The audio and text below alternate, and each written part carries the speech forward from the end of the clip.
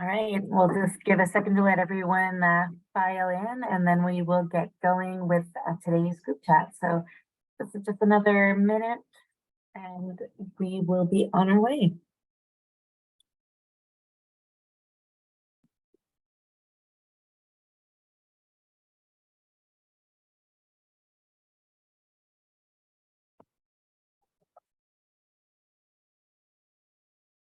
All right, well,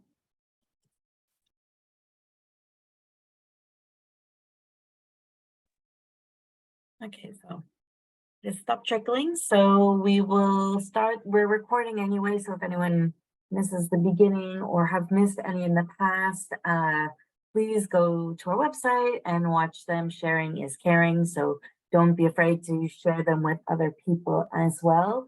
And without further ado, I would like to welcome you to our April CMA marketing chat, where today we're going to talk about paid search and paid social and all things around that. A couple of housekeeping things before we start. Thank you to Influence for sponsoring this chat. Thanks to them, we can keep the lights on for another month. This is really just to keep our website going and to really share with the community just a little bit of that. We are all volunteering here, just from that side of it. Please don't be afraid to ask any questions. We love to hear them, and that keeps our conversation going. If you have anything specific for the group, sometimes don't be afraid to respond to if you're listening and you have an answer for them.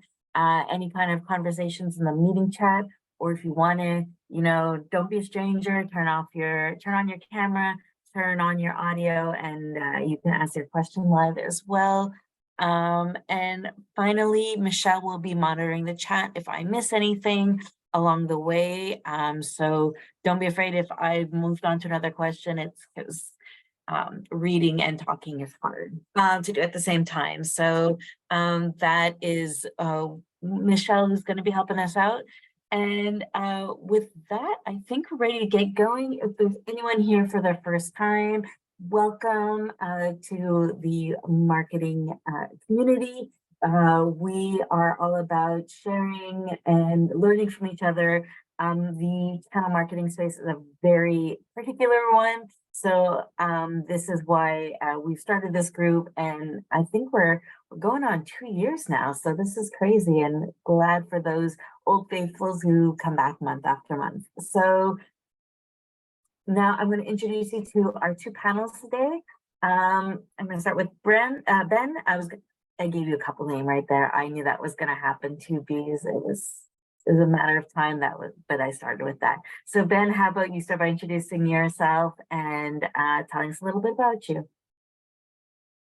Sure. Hi. Yeah. So I'm Ben Scotland. I'm the marketing director at Catapult. We're a Canadian Microsoft partner. We service mid-sized businesses with Dynamics 365 solutions specifically. My background, I've been in B2B marketing for, I guess, the past 10 years or so. And I've been at Catapult in sort of the D365 space for about just coming up on 2 years, I guess. Yeah. Welcome. Brent? Yeah, thank you, Tanya and Ben, and glad to be on here today. Brent Knowles. I lead the marketing efforts for our Microsoft practice at RSM US. And I've been in, call it the B2B tech space for 15, 16 years. I started off in the Oracle world with JD Edwards, if anybody dates back that far. And then I've had some stints in other Oracle products, NetSuite, the Sage Alliances channel, and then Microsoft for probably about the last 5 years or so. RSM covers all of Microsoft offerings, so all of the cloud workloads we sell. So we don't specialize in any particular niche area, either in biz apps or any of the others, but we have pretty large practices for all of the different workloads within Microsoft. So I will caveat as well that I have we were talking about beforehand, but I got a little bit of a cold thing going. I've got 5 kids, and my youngest one is giving me something. So I'm gonna kind of get my way through the conversation today, and I'm glad to be here with everybody. Well, 5 children, this is a break then for you. You know, you, Always kidding. but yeah, don't worry about that. This is not a podcast, so we're not expecting if you get a little raspy, that's cool too. No worries there. So thank you, everyone. So I'm going to be pestering you for those who aren't used to it. I will say if there's nothing coming in the chat, I will ask you for questions. I will pester. So I will kick it off. How are you guys currently using paid search within your companies? Ben, why don't you start us off?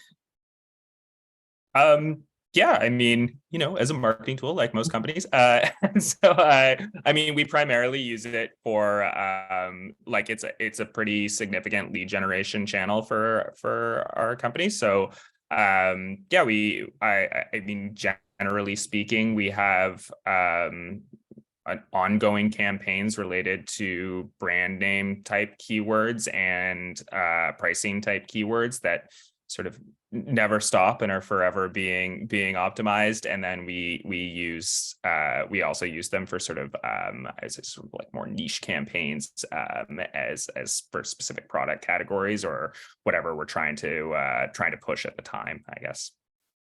No, so no, that's good that you kind of have your evergreen content and you have, you know, specific timely things that you turn on and off as you go. Because I think it's good to have that balance between them. Brent, how are you guys using it? Yeah, very similar to the way that Ben has kind of described it. It's primarily a lead generation tool for us. And so I'm primarily using paid search to drive engagement at different areas of the buyer's journey. So I tend to focus more on converting type of assets. So I'll put out like pricing guides or buyer's guides or things like that will try and get me a little bit more closer to somebody who wants to have a conversation.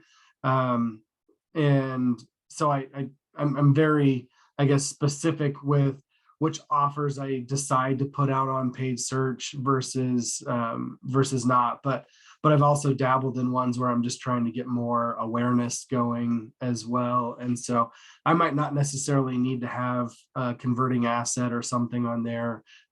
So it kind of depends on the spectrum. But for the most part, everything that we're doing is mostly just demand gen, trying to generate more leads for our inside sales teams. Yeah, I hear you. And I think that's kind of the dream too, is you need to generate leads for your salespeople or else they're not going to buy into it either. So no, us too at Bamboom, it's a lead generation tool more than anything else. So I think and a lot of people on this call is probably the same thing. So do you work with an agency? Why not? How have you kind of gone through this journey? Brent, I'll start with you this time. Yeah, so I am not I don't have the technical background to launch all this kind of stuff. And so when we started, we started with an agency just to kind of educate us and get us some help with, you know, what is this? How does it work? And this is probably a decade ago or so. And just start to walk into, you know, maybe more of a crawl, walk, run strategy on paid search. Where should we be focusing? Which areas of at least our Microsoft business were getting more traffic, getting more views, where we could kind of bite some of that off. And so we started with an agency. We outgrew that agency, and it was just purely based off of scale of what we were trying to do. And it wasn't just my Microsoft practice, it was RSM as a whole, has other service lines as a CPA kind of accounting firm. And so we onboarded a lot of other lines of business onto using paid search. And so we've grown out of 2 agencies now and are on probably the 3rd since I've been here. and I'm really liking the agency that I've got today, and the teams that we've got involved in kind of the day-to-day of that. So I I like the agency route if you don't have the expertise yourself. But I think we found also that there's a lot of people that do have that expertise and can go and stand up their own campaigns, and I think that's certainly a great way to go as well. So it's a little bit there. No, I agree. We've it really is a world of witchcraft and wizardry. This when you're starting to learn about it. So before you know all the spells in the spell book, if we're going to keep going on that metaphor, I think having that agency there to kind of guide you through it is important, or else you can blow a lot of money really quickly testing without really knowing what you're with what you're doing. And I really like your point too about having that fit with the agency and outgrowing and knowing where you're at and having those same objectives, because that's so important, because they really do become an extension of your team rather than just someone you pay you to do stuff for. Like, it really has to go back and forth, because if it's a one-way road, nothing's going to get optimized, and I think that's part of the game as well. Yeah, and for me personally, I needed an agency that was very more proactive, that they were helping to guide along that journey. And it wasn't just me pushing and pulling them along with it. I wanted them to have kind of a seat at the table, so to speak, as far as helping us drive to specific objectives that we had. And so you could see, when you started to grow out of those agencies, if their level of engagement on the campaigns, and then timing as well. Like it just took months to get campaigns stood up and going, and I'm like, I can't do this. Like we need to scale this thing a lot faster. And so there was definitely some writing on the wall as you start to outgrow some of them, and what they were able to do, and how they were able to kind of bring us along for where we were. I think being honest and knowing your objectives and understanding those objectives on both sides, that's really what you need. Ben, what do you guys do at Catapult? Yeah, so we actually we currently we don't use an agency, but I would mirror a lot of what Brent was saying there. So we at Catapult did have a dedicated paid search agency for years there, and I agree, it's like a great way, especially if you're starting out. Even if you have someone who is well versed in paid search, I think it goes a long way to have someone who's an expert tell you that even that what you were thinking about doing is the right thing to do, and to be able to standing up campaigns, as well as, it's not, even if you know how to do it, it's not something that it's not a nothing time wise. It takes it takes a fair bit of effort to do it and make sure you have everything configured correctly, and you're hitting all the right keywords, and you have to watch that really closely, especially for those first few months. But I think we've sort of found the same thing, like what Brent was describing. Maybe I don't know if outgrow is right, but like I think with most agencies in this kind of business, there's like a complacency that eventually sets in with these sorts of things. Like I said, like where at a certain point you're running most of your lead generation is coming through sort of evergreen campaigns that are, they do need optimization, but we were finding that optimization, like, it was just coming so much from our end that it was us leading the charge on when there was an issue or where we saw room for improvement. So I definitely agree, whether and I'm not saying we wouldn't use an agency in the future, but we have taken it in-house now. I have a fair bit of background in paid search, so I have no problem using the tools internally, and we have a few we have resources that we can use for that. So but I can see a scenario where maybe in the future that's not, that we try out another agency group. But I think you're right. It's like what's important is that you have someone who's sort of taking ownership of it and proactively doing what you need to be done. So it can't be an agency sitting there that just sort of does things when you tell them to do, then it's kind of taking away the purpose of the agency to me. And that's sort of started to be the scenario we were in. But yeah, I also find a lot of agency, it's hard to find an agency that really understands this sort of business cycle. I think most agencies generally cater to more of a B2C type market, and they're in more of a numbers game than they are at trying to building an understanding of what a qualified lead actually means to us and how important that is, as opposed to just, getting people to click a free trial button. And it's just about how many of those you can get in a month kind of thing. I was going to give you an amen on that one. I truly like the B2B, and I think, not to shamelessly promote like our chat, but that's kind of it. It's such a particular space, and there is a different way of going about it, and how the buyer's journey is different. And it's so important to have an agency that understands that, and ask those questions at the beginning of, do you have anyone similar? We've had our current agency that we really like. It's because we're like, I don't need to know your exact stats with the other clients you're working with, but can you benchmark us? Are we below par, above par? And just having someone there who'd be like, nah, guys, we got to pick up the slack on this one, or go like, no, you're good. I think that's worth a lot as well. We have a question from Mike. How much education did you have to do with your agencies around valuable search terms to target? I have a lot to say, but Ben or Brett, do you wanna start? You're just talking about the onboarding process, I'm assuming there. Yeah, I think like at the beginning when they want to target Microsoft Dynamics 365 as a keyword, and then it costs you $20. And Microsoft, no offense to any Microsoft people who are listening, but they have made it a little tricky to buy certain keywords, or it's expensive. So changing the names. So there has been some education on that point. So it's probably, am I on the right track, Mike, or am I totally off the mark on that question? Yeah, that's exactly what I was aiming for, Okay. Both at the beginning and then every time a name changes or whatever.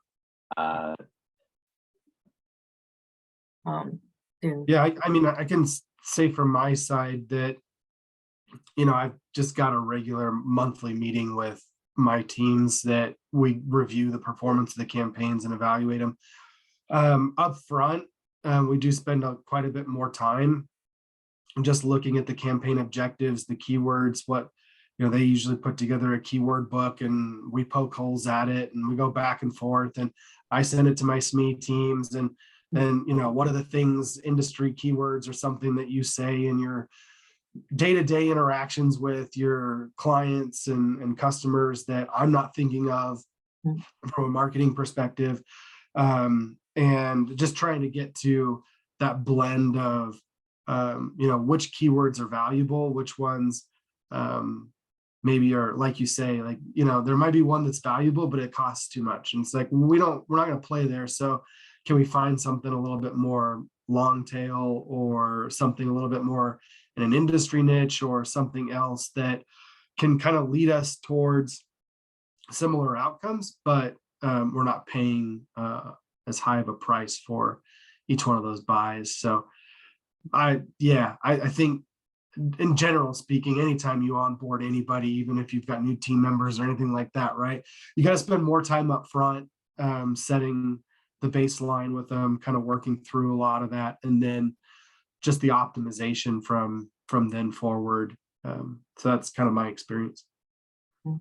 Ben, do you kind of similar? Do you have anything else? Yeah, I mean, so I guess like in terms of onboarding an agency, I would actually I push back a little bit on the idea. Like, in my mind, what an agency probably does really well is keyword research, because it is kind of the same for everything. Obviously, like you would know in any industry that some keywords are going to be really expensive and really high value.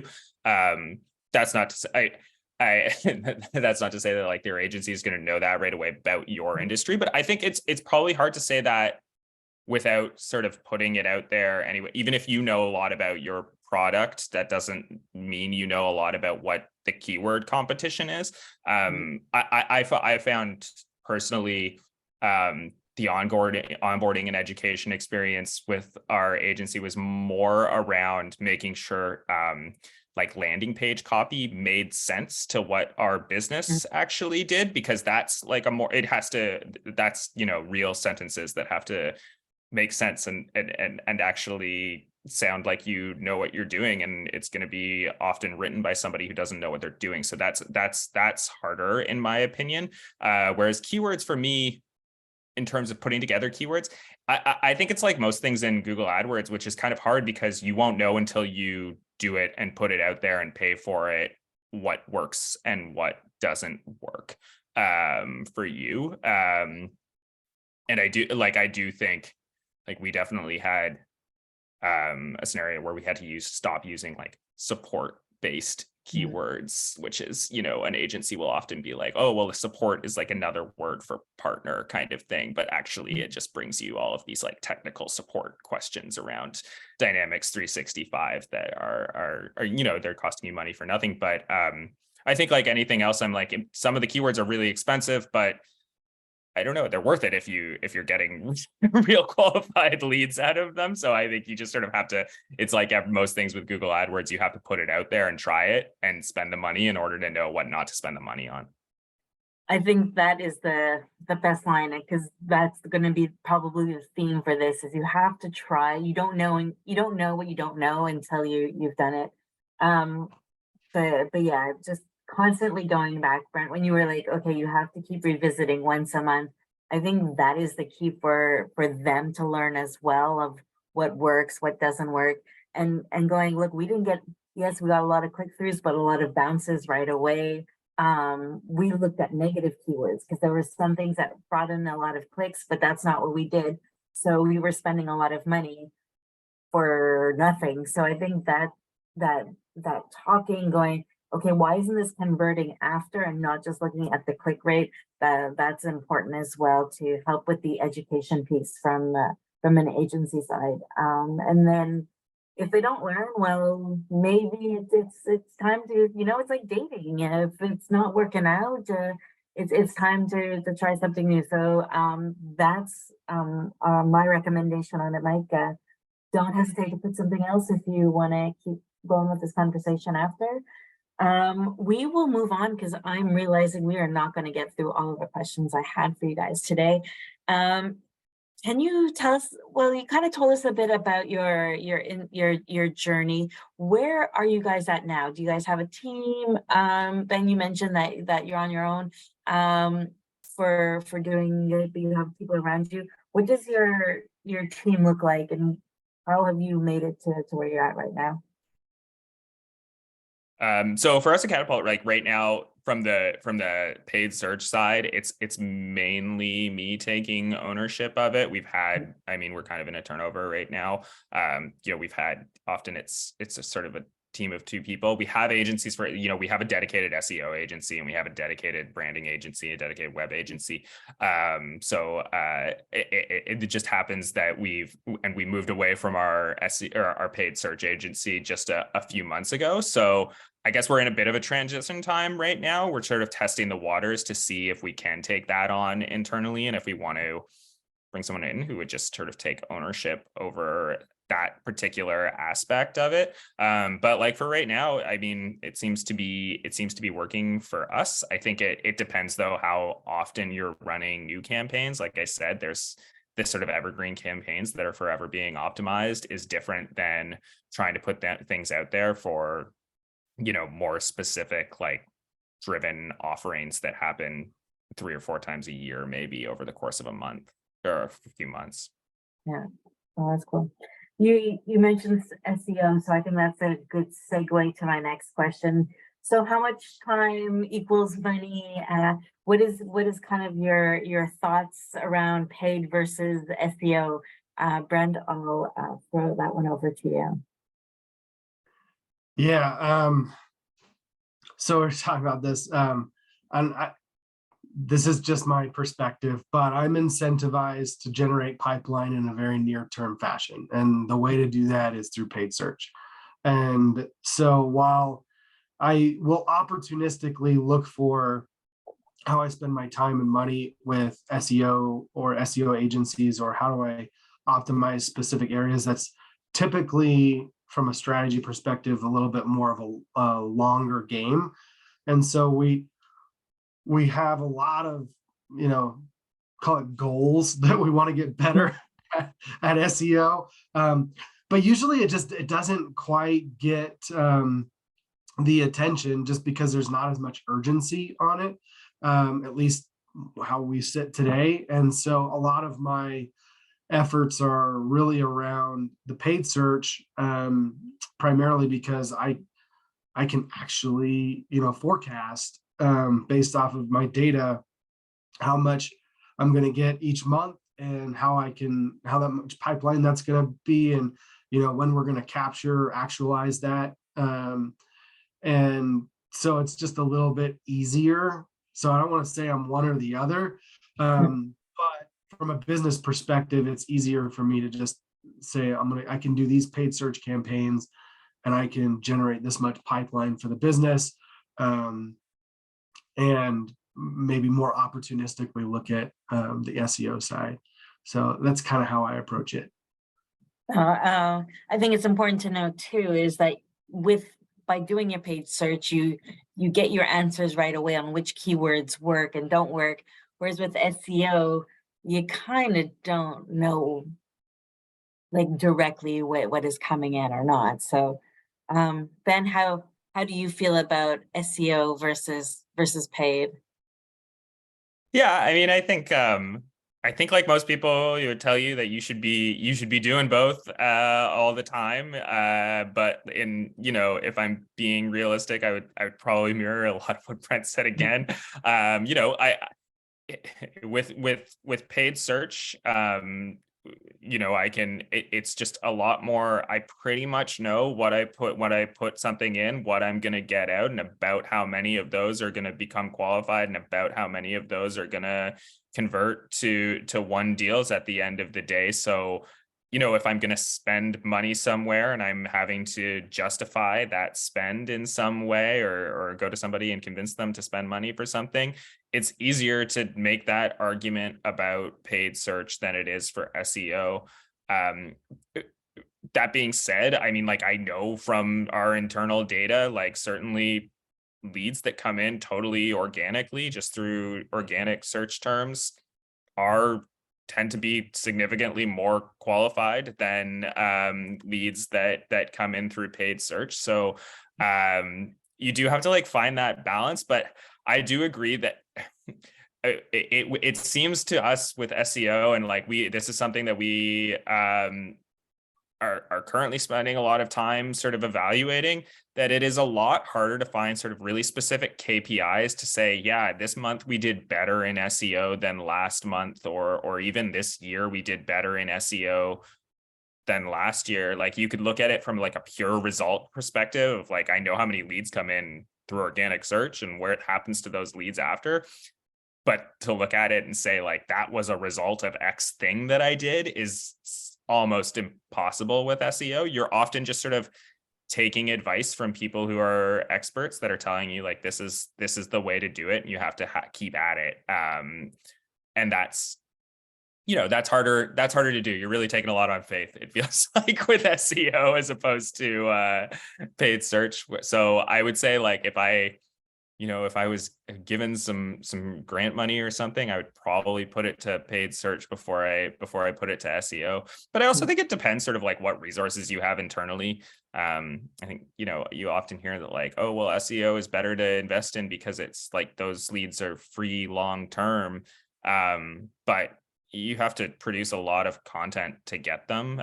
So if you have internal resources that are good at maybe producing a lot of content that is good, and you can optimize it, then that's great. But I think that's probably pretty rare in our line of business.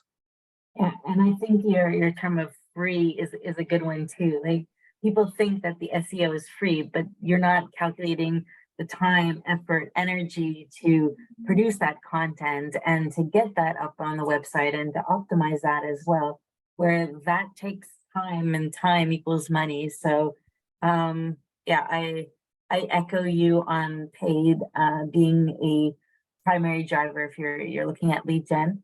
We have a question that came in from Anne. How much do you go all in with ad platform AI features versus having more control with traditional pay-per-click? I don't know if either of you have tried any of those tools.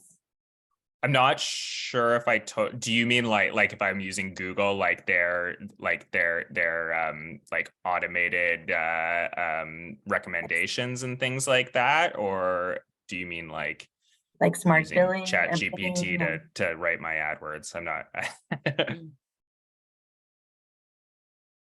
and if you can clarify a little more on that side.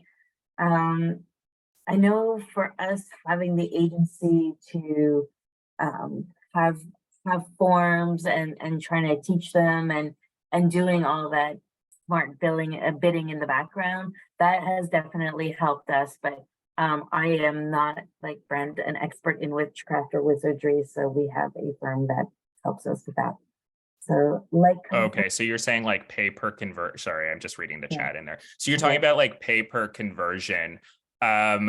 So most of our ad search campaigns are optimized for conversion, but they're pay per click. So we don't have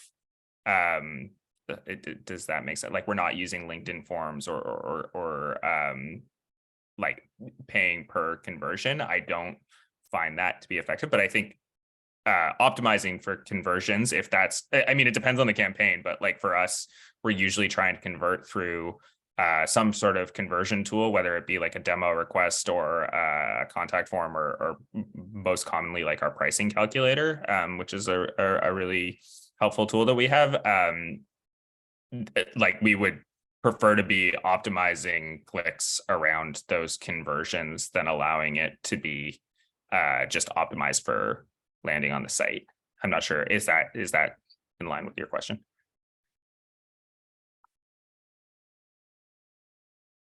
well, Yes. okay, Okay, cool. well, and you know where to find us afterwards if you have any questions. I'm didn't even ask. I'm like offering up Brent and Ben's unsolicited help to if they have any questions afterwards, if you want to pick their brain Yeah, more. no, happy to. Where I'm like, yeah, but their time isn't mine, so hey, why not? But yeah, you feel free to write out to any of us on the Marketing Academy as well. I would just add, I guess, to that, just like on that, I guess, same vein, I do have kind of and this is maybe getting a little technical, but I am very skeptical of often the Google AdWords is like automated recommendations of how you can make your campaign run better or optimize better. I think you have to take all of that with a grain of salt, and most of it is put there to make you spend more on the platform than it is to actually help you convert more qualified leads. Just in my experience, I'm not saying everything they say is wrong, but I would take a hard look at it before you just say like yes to every little thing they tell you to do. We found that as well, Ben. Yeah, we were setting up a campaign and looking at those features, and on the background you could kind of tell like this is just encouraging Google to want us to spend more money with them. Yeah, I mean, it gets more clicks, so I mean, if that's what you want at the end of the day, I just don't think it necessarily brings you more qualified leads. And I think that eye of skepticism is important whenever you're doing this, whether you're speaking with your team, with an agency, with whoever is doing this. You need to, they change the algorithm, you change the way you're doing business too. It's so important to always be like, yeah, but are you really sure? Like devil's advocate to the max. I think that really it's annoying when you're that person, but it's also very helpful. And I think you get more out of it in the long run. So yeah, and how dare Google try to market to marketers and sell more stuff. On that note, I'm going to take a quick commercial break to market and say thank you to Influence for sponsoring If you haven't heard about Influence before, they're a marketing platform that is the perfect complement to Microsoft Dynamics sales. Their integration allows for a two-way sync of contacts, leads, and campaign reporting in the CRM. They have a top-ranked support team, and their interface is fully embedded to the CRM. They are a certified Microsoft partner. So if you are looking for a marketing automation tool, please reach out to them. We all know that tools make our life easier and help our reporting in the long run. So please give them a shout, and thank you again for keeping our lights on here. So that being said, we will move on to the next question, which is, do you do paid social, and has it worked for you in the past? Brent, I'll take that one over to you to start. Paid socials, is that what you said? Yeah. Yeah. So we haven't done a lot in this area, if I'm being just completely honest. We've done some LinkedIn campaigns. Traditionally, I found that they're more expensive buys for not as much quality. However, I have found that I really like some of the features that you can get with some of the platforms. So I'm thinking LinkedIn is probably the most one that we've gone after, but lookalike lists and being able to really bring your clients, your customer list, and saying, all right, show me everybody that looks like this, I really like that concept or notion, and just the ability to target by title, you can't get anywhere else. And so there is I think a place for that. Traditionally, I found that it just doesn't convert as well. So it's probably on my end more of a brand awareness type of thing than it is pure lead gen. But we haven't really dabbled, I guess, too deep into it. So yeah, that's kind of some of my experience. No, and I think that's insightful too, because not every paid advertising, whether it's on Google or on a social media platform, doesn't work the same for anyone.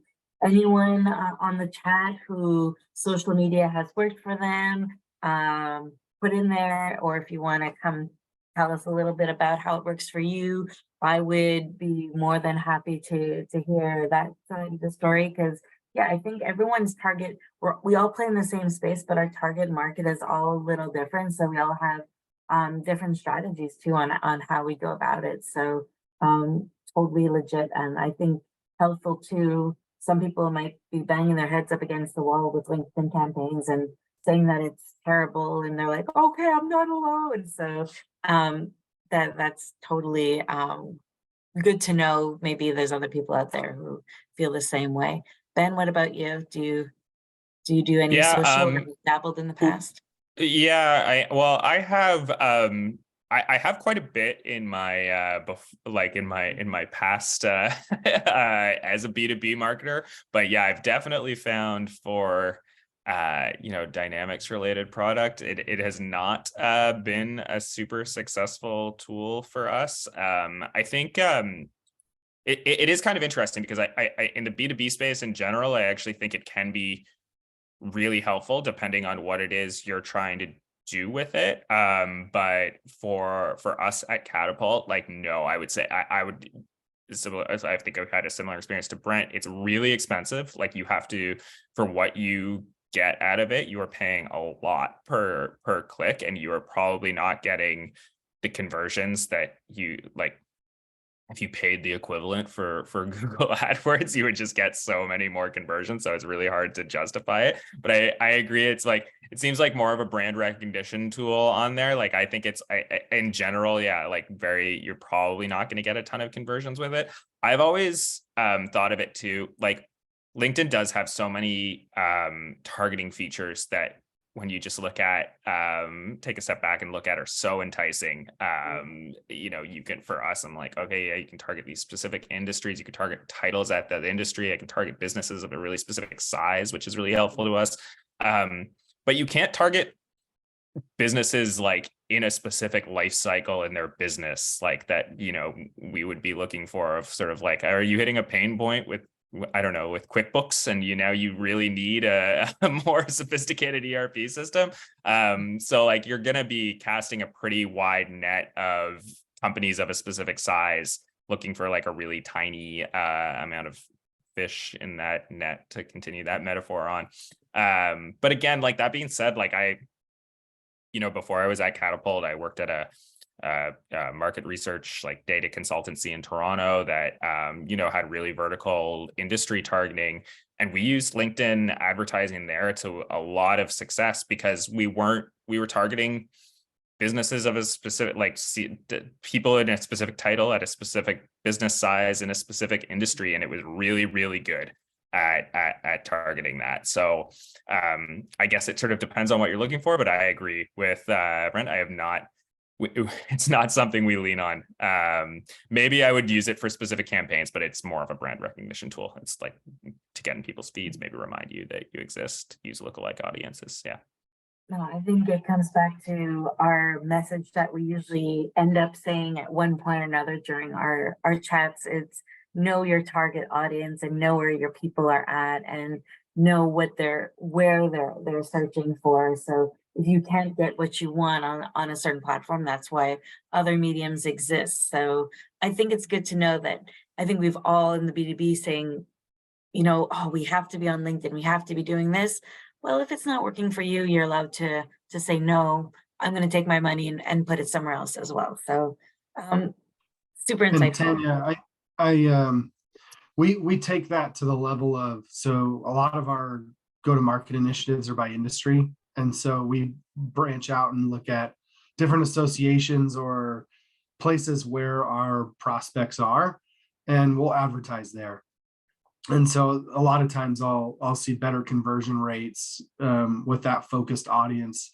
We do a lot in the food and beverage space. So if I look at like produce companies or specific dairy type of companies where we have IP that we've built that is on top of a Microsoft solution set, it's really easy for us to go to those associations and partner with them for advertising campaigns, to just create more awareness. And we found those to be pretty successful, but it's I would call it a little bit, I don't get conversion rates the same I might if I'm doing pay-per-click.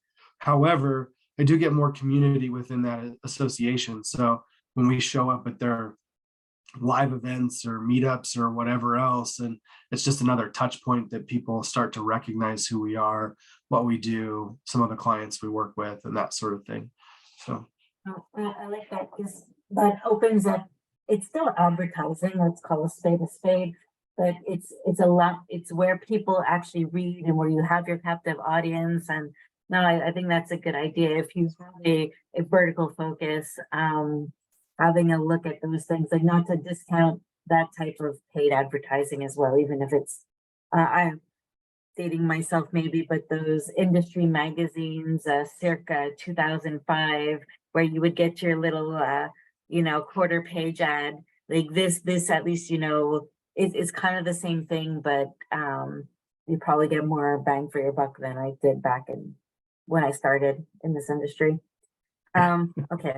It's kind of closer to like it's like a vertical PR strategy more than yeah. It's like it comes back to brand awareness. I think that kind of falls into we do brand awareness campaigns on the Google and on other platforms. Why can't we do it in other areas of organizations, associations, where we probably have a better idea that we know that we'll get our messaging right, or we know what lands in this. And Brent, your point earlier about having this SMEs kind of fact check it, for lack of a better word for it, or check like, oh, I say ERP, but no one in that industry says ERP. Well, you're falling on deaf ears a bit too. So having those people who talk to the end users is good as well. So now I'm like, where do we go from here? I'm trying to make sure we get a couple good questions in before we go. what are some of the KPIs you look at? We talked a bit about, you're getting more, when you put the dollar in at the top, how many leads are coming out the bottom. But what are some of the reporting that you report back on, or that you look at when you're seeing if a campaign is a success or not? Ben?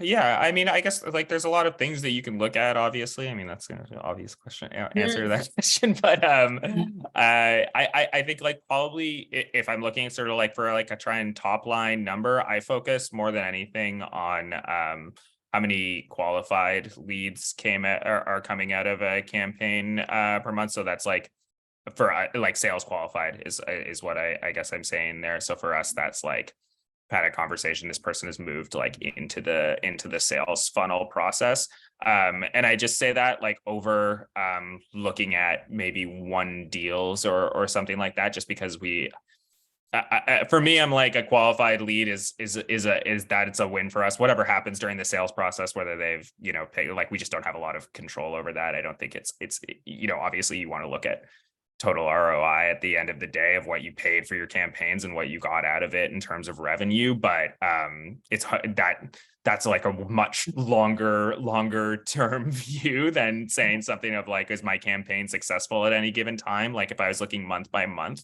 the most common thing I would look at is how many qualified leads came through how many leads came through and how many of them qualified. And then I would use that as sort of my marker to dig deeper if I need to, if I'm noticing like, oh, that's weird, like big drop in qualified leads or big bump in qualified leads, then I would go deeper into like the whole world of, what are we getting your impressions? What am I paying cost per click on? And like what keywords specifically are doing this? But yeah. I think it's good that you're kind of doing both. Like, okay, where's my drop off, or am I not getting drop off? I think that's key in knowing,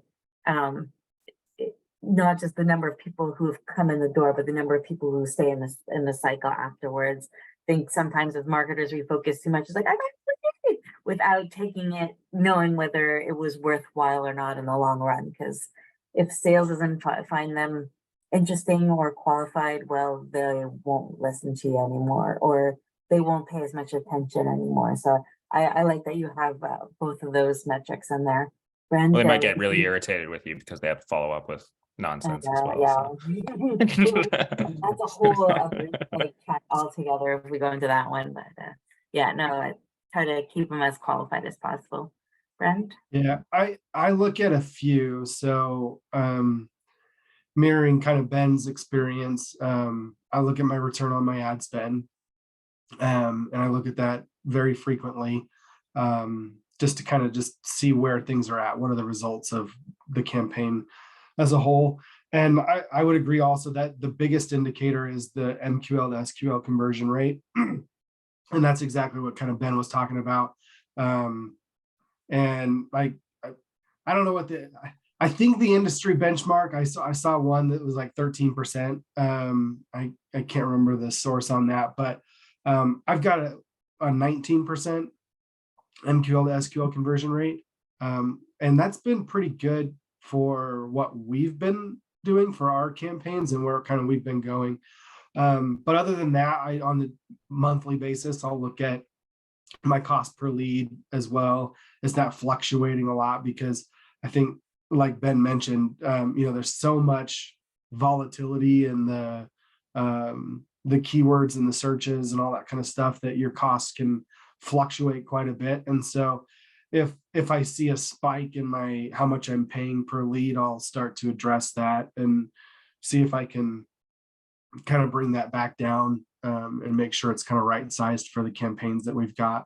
But I would say, yeah, I mean, I'm looking at cost per lead. I'm looking at MQL, SQL conversion rates, just looking at pipeline that's coming in the door for us as kind of a benchmark. And then more high level, that return on ad spend.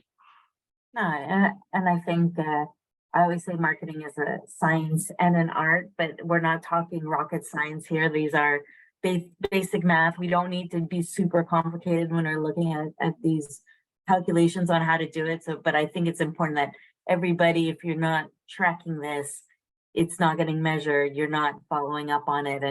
And that's, I think, the key to success, if I've been listening to you guys correctly, is that's what makes your paid search worthwhile, is that you keep with the times and you know where to take it. So Yeah, I would say that it's really important to give yourself enough freedom and runway to optimize these campaigns from a timeline perspective. And I think, traditionally, like an ERP is a longer sales cycle, right? And so if you are in the ERP world, you need to factor that in. A lot of the stuff that we're getting in is like modern work or CRM type of opportunities, or maybe it's smaller ERP opportunities. And so like I typically find a 45 to 60 day maturity rate for somebody that downloads something before it enters and hits pipeline, an actual opportunity in our CRM system. And so if you stand this stuff up or you expect results out of month one, you're approaching it the wrong way. And so make sure you've got that kind of longer timeline on the horizon of kind of where you're looking to see value, and start to build those metrics over time and look at, what's it saying to you and how can I make better decisions to optimize the campaign and look at it going forward. I found to be very beneficial. I think that's super key. So what would you tell people to convince their managers not to pull the plug after a month or two? Like, is there anything that you can show them, or what do you talk around? Or do you just have to be like, you got to give me 6 months of budget to kind of make this work, stick with me, I promise. Or maybe not promise, but you're like, what kind of like, how do you sell that internally for those who maybe are having a hard time selling it internally? You want me to take that one? Oh yeah, sorry. Yeah, I was looking no, at that's you, good. but you don't know who I'm looking at. Yeah, I mean, just be very clear up front, when you're building your marketing plans, and the tactics and channels that you're going to pursue for, what type of pipeline and revenue you're going to capture. Just be very clear on kind of what your goals are for the specific campaigns. When I first started the paid search stuff, I didn't have goals of I needed to hit a certain pipeline number. It was purely, we need to figure this thing out, and we need to figure out if it's a channel that we can work with and optimize, and do we have the people in place to manage it effectively? Do we have the sales team that's willing to do the follow-ups on it? And a lot of that was kind of unknown at the beginning of the journey. But once you start to get into it, then you start to, back into the processes of, oh, okay, well, when a lead from our PPC campaign comes in and our inside salesperson grabs it, are they able to effectively follow up with them in a right time and manner? And if not, then, maybe we don't need to invest as much, right? It's more, again, that crawl, walk, run type of thing. And I would also just say that, if you're not, in my opinion, if you're not heavily investing in this area, you're probably missing out on a big channel. And when I look at not just Microsoft, but the NetSuite community, the Intact community, all these other channels out there, their partner programs have just opened the doors for either co-op or MDF type of funding, and saying, look, if you're willing to go and try this, we'll help co-fund it with you. And taking advantage of those dollars and putting a plan together that says, hey, we want to go capture this and run this program. I found that people get on board. So when you pull all of that together and present it to your leadership meeting and your leadership teams, and you give yourself enough runway to actually execute these things, I have very little roadblocks from leadership teams that want to do this type of stuff. No, well said. And squeeze those vendors for all they're worth. Get all those dollars you can out of co-op and MDF. I think that was also a key to a bit of our success, was finding out like, okay, I can get a little more money there or a little more money there. It does go a long way in the long run. Ben, any final thoughts as on this or anything Yeah. else? Yeah, no, I mean, I think that's all right. I mean, like obviously, I think trying to manage expectations as well. I think I would actually say also, like, if you're just starting out in sort of the world of paid search and you're using that as an engine to bring in leads, maybe manage expectations the other way as well. I know for like some organizations, it can be really exciting when you start seeing, a lot of new emails coming in to follow up with every day.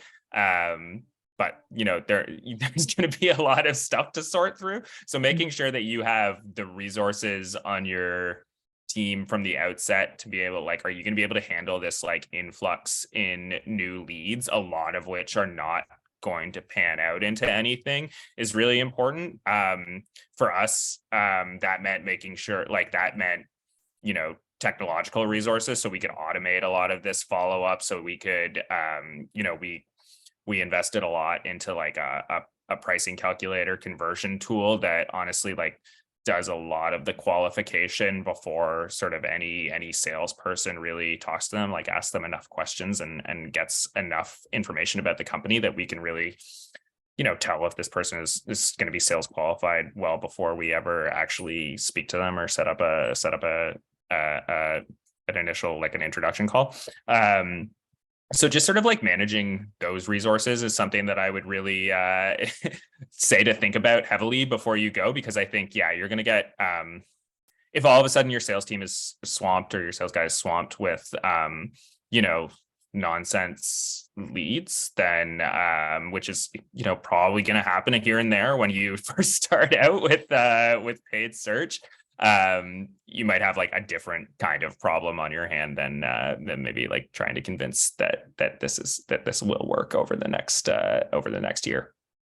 Such a good point. I think we forget that after when they pick up the phone and actually speak to someone, that experience too is equally as important. If they're having the reception afterwards or the follow up to that form fill out isn't what they're expecting, well, you're not getting further ahead on this MQL SQL lead conversion. So super point for everyone to keep in mind. And I think we can have that as a whole other chat altogether on how to help enable that sales process and how to make sure that stays seamless. We only have 2 minutes left. I want to say thank you. This hour has flown by. Super insightful. I am always excited to talk about this and to hear other people's opinions. I hope everyone on the chat was too. You guys were pretty quiet today, but I'll take that as they were intently taking notes and absorbing everything that they had to say.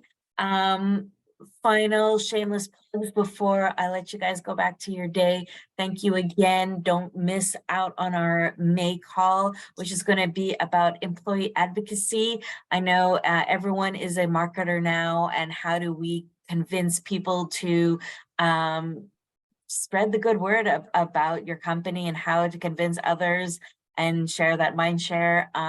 We had to change the date, so stay tuned. Follow us on LinkedIn to get the new date and time there. If you have missed a session, good or bad, I do not judge, only a little bit, but please, you can find us on the Channel Marketing Academy. All of our past chats are there, so you can go watch them.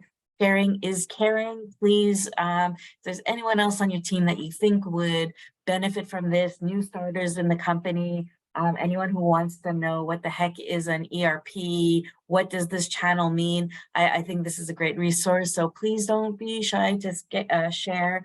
You want to sponsor, be a panelist, start a book club. I'm still hoping to find that person.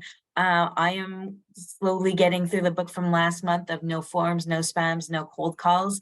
If anyone else has read it from our ABM chat, please reach out to me. Maybe we can host something. I am trying to find a bookworm to help me chair this new chapter. So thank you again, Ben, Brett. Thank you to everyone who's there today, and have a good rest of your day, everybody. Thanks again. Thanks, Tanya. Thank you. It's great. Bye. Cheers.